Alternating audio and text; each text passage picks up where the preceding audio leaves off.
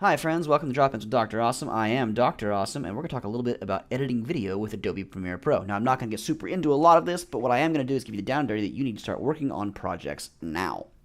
That being said, let's get started. So I'm going to work with Avid Nexus. That's our client server that we have here. This process would be the exact same if you were working from a hard drive or from the desktop. It's just this is where we keep our files. So first thing I'm going to do is go ahead and open up Nexus, and I'm going to mount my workspace. That's going to be this Fall 18 Comm training here. And then I'm going to come over and I'm going to open up that workspace that I just mounted.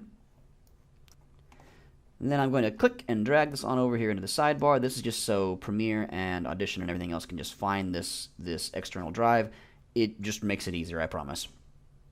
If we're looking in our workspace here, you can see that we have three separate folders. We have Audition, Organization, and Premiere. Since this video we're talking about Premiere, let's go ahead and open up that one. And inside that folder, there are four more subfolders: music, projects, stills, and video clips. If we open up music, you can see that we have our news theme. If we open up stills, you can see that we have the Comm logo. And if we open up video clips, you can see that we have a stand-up and our particle outro.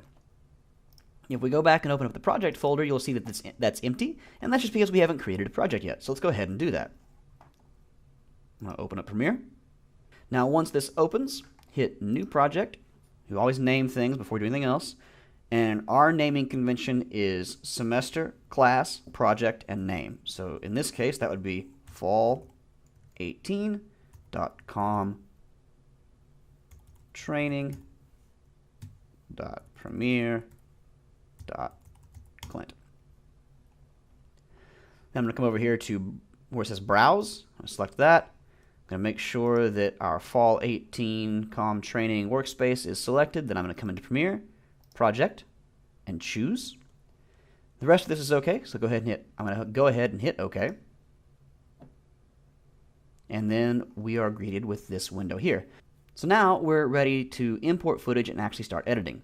The easiest way to do this, since I've already separated things out, is to come up to File, Import, navigate through my workspace, and I'm going to hold down the Command key, and I'm going to select Music, Stills, and Video Clips all at the same time, and hit Import.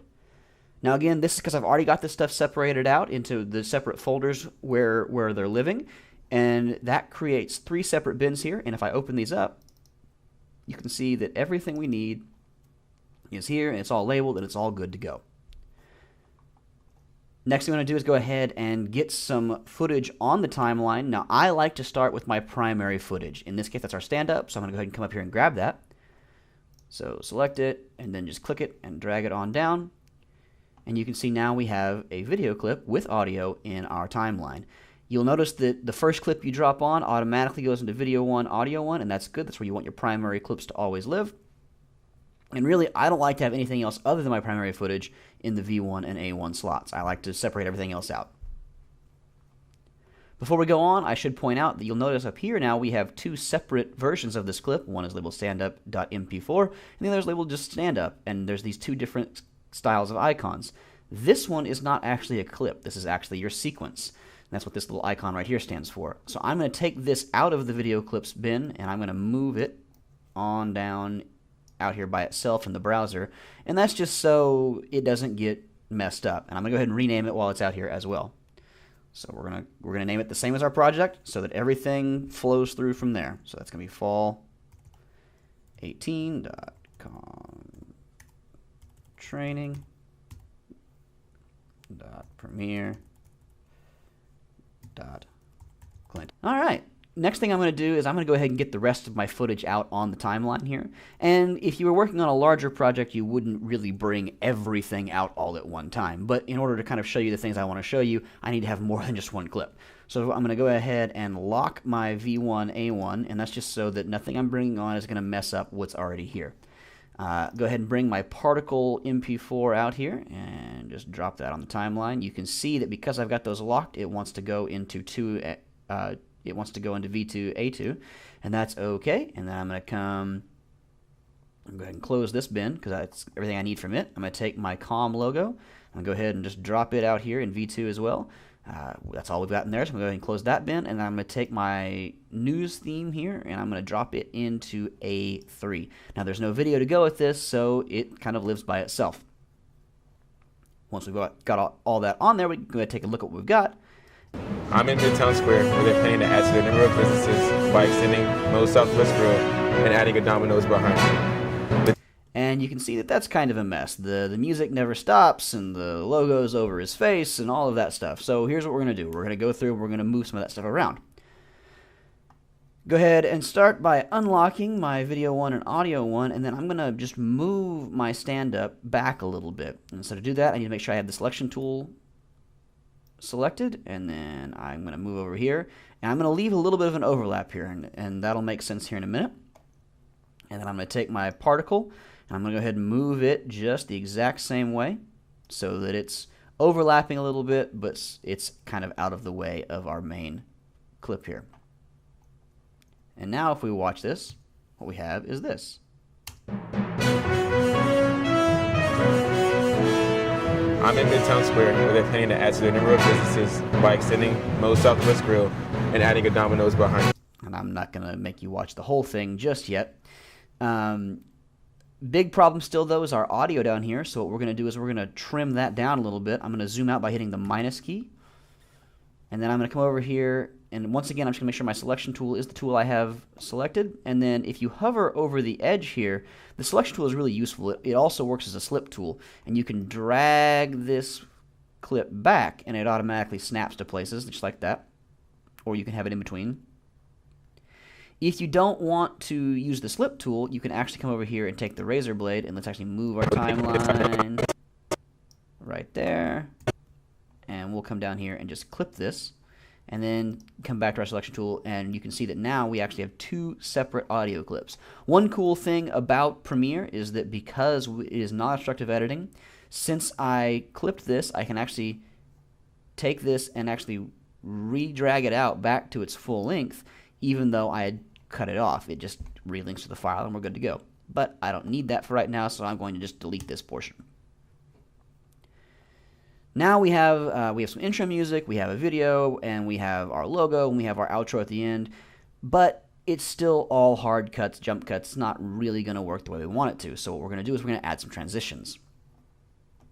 I'm going to come over here to Effects. Now I'm going to drop down Video Transitions and Audio Transitions. Under Video Transitions, I'm going to drop down Dissolves. I like Dissolves. You can use whatever you want, but Dissolves are typically the most common. I'm going to use this Film Dissolve. I'm going to click and drag it onto my Comm logo both at the beginning and at the end. And you see here how my overlap functions. If I actually pull this back, watch this. I'm in Midtown Square. You can see that it fades down as he appears. So we're going to go ahead and put one on the beginning of that clip as well. We'll go ahead and put them on the end of that, the end of that, and the beginning of this. And we'll come back over here to our audio transitions, and let's take exponential fade, and let's put that in all of these places at the end of the clips as well.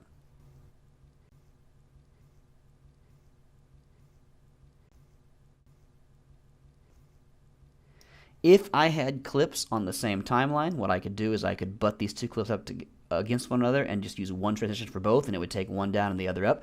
But again, because I don't want to mess up my primary audio, we're just going to overlap for right now. And now, if we watch this, let's see what we got. I'm in Midtown Square, where they're planning to add to the number of businesses. All right, I'm going to skip forward so we can see the end. Of Midtown Fitness Center on August 31st.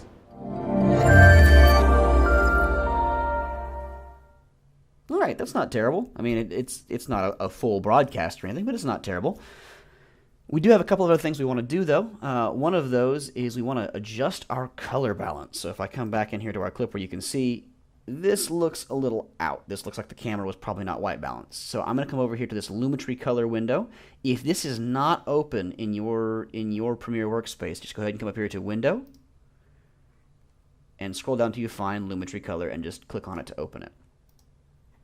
Under Basic Correction, you take this little eyedropper here next to WB Selector, that stands for White Balance Selector, and you find something that is white within your shot. In this case, I'm going to use this domino sign behind him. And you can see already how much better that looks. All I did was just white balance the image based off of what we were telling the computer was white. Next thing we want to do is we want to adjust some of our audio a little bit here. If we listen to our clip, you can hear there's a lot of background noise. And adding a dominoes behind me. The change. One of the ways that we can fix that is we can mirror the audio channels. So I'm going to go ahead and expand this a little bit, show you what I mean. If we look at this, you can see there's two distinct waveforms here. And that's because this one on, probably the one on the bottom here, is a lav mic, and the one on top is a shotgun mic. We always try and have two mics on talent, and that's just so we can get that background noise and things like that for shots outside like this, but we have a clean audio source as well. So I'm going to go ahead and right-click on this, and I'm going to come up to where it says Audio Channels, and I'm going to make both of these the right channel. So I'm going to move the L over to the R, hit OK, and you can see now our patterns match up. And I'm going to come back a little bit. By extending Moe's Southwest Grill and adding a dominoes behind me. And that definitely cleaned up our audio quite a bit. Now, there's still some background noise there, and that's okay. I'm going to take a little bit more of it out here in just a second, but for right now, that's okay. One other thing I want to do is we're awful hot now because we're getting double the volume of his lav mic. And so Moe's Southwest Grill and adding a dominoes behind me. Over here, we're kind of redlining. So how do we take that audio down? Well, there's a couple ways. If you hover over this little white line in the middle here, that is actually your audio level. But I'm going to go ahead and leave that there, and I'm going to close this. I'm going to go ahead and come over here to see where it says Audio Clip Mixer. This is our audio volume for this clip. I'm just going to turn that down a little bit. And now let's listen. The change comes shortly after the grand opening of Midtown Fitness Center on August 31st. And that's all I'm doing. I'm just taking the volume down a little bit so that it's not redlining over here and blowing out our eardrums. Now, one other thing, like I said, add to the number of businesses by... I want to remove just a little more of this background noise. The easiest way to do that is to edit it in Adobe Audition. So what we do is we select our clip, and then we come up to Edit, Edit in Adobe Audition, Clip. You could do the whole sequence, but that would take all of the audio. So we take Clip. And what it said there was render and replace, and all that means is it's actually replacing the original audio clip with this one that we're editing now. And then within Adobe Audition, I'm going to find a spot where he's not talking. The change. So that right there will work. And I'm going to select this just by using the cursor tool, which you can select right there. And then I'm going to come up to Effects, Noise Reduction Restoration, Capture Noise Print. Okay. And then I'm going to hit Command A to select everything, come back up to Effects, Noise Reduction Restoration, Noise Reduction Process. Now, in here you can see that our noise reduction is really only at 20%. And honestly, that's probably okay because we don't really want to get rid of all of our background noise. We just want to lessen it a little bit. So go ahead and hit Apply. And if we listen to what we got. I'm in Midtown Square where they're planning to... So it turns out 20 was too much. So let's come back. Effects. I undid that by hitting Command Z, by the way. Noise reduction restoration, noise reduction process. And let's take this down to about 15%. And let's just see what that sounds like. That looks a little better. I'm in Midtown Square where they're planning to add to the number of businesses by extending Moe's Southwest Grill. So you can see we still have a little bit of that traffic noise, a little bit of that outside sound, but it's no longer overpowering. So I'm going to go ahead and hit Command S to save that. And then I'm going to come back into Premiere and watch what happens. And see that little blip there? That was it replacing the clip with what we just worked on. And so now we have a functional clip.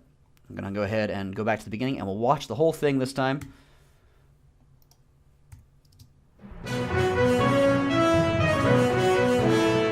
I'm in Midtown Square where they're planning to add to the number of businesses by extending Moe's Southwest Grill and adding a dominoes behind me. The change comes shortly after the grand opening of Midtown Fitness Center on August 31st. All right, it's not perfect, but it's something, right? We could work with that. Last thing that you really need to know right now is how to export this. So how we do that is we come up here to File, Export Media. Make sure this is at the beginning of the clip so that that's where it starts playing.